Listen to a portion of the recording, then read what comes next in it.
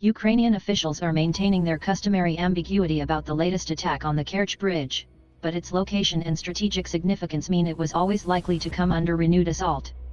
With Kyiv's counteroffensive aiming to deal a decisive blow to Russian forces occupying southern Ukraine, the bridge is a key target.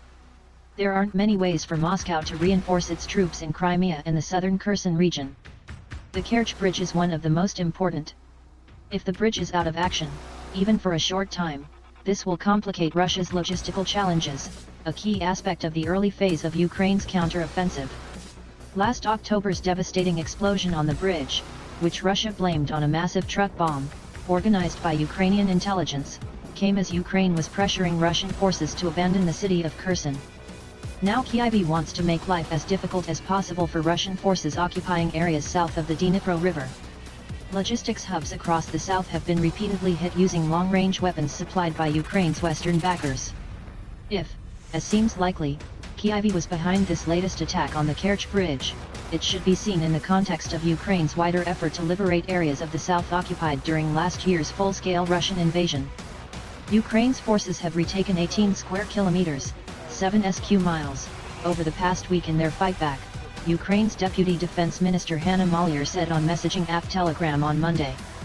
Those gains take the total area of reclaimed land to 210 square kilometers, 81 sq miles, since the counteroffensive began. Ms. Maliar also recently claimed that Kyiv's forces had destroyed 6 Russian ammunition depots in the space of 24 hours, a remark that hinted at Ukrainian tactics. We inflict effective, painful, and precise blows and bleed the occupier, for whom the lack of ammunition and fuel will sooner or later become fatal, she said.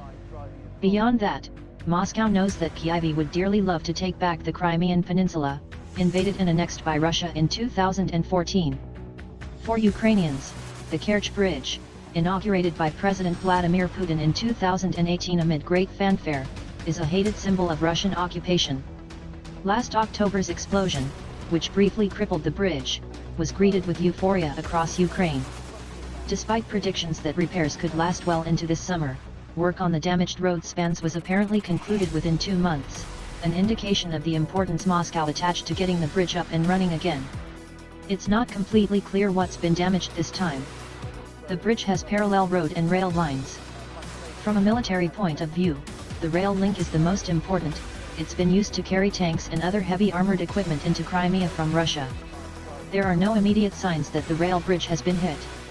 Pictures and videos circulating on social media suggest the latest attack is less devastating than the last. But this is unlikely to be the last attack. The Kerch Bridge is well within range of weapons such as the British-supplied Storm Shadow missile. As long as it serves any military purpose for Russia, it'll remain in Kyiv's sights.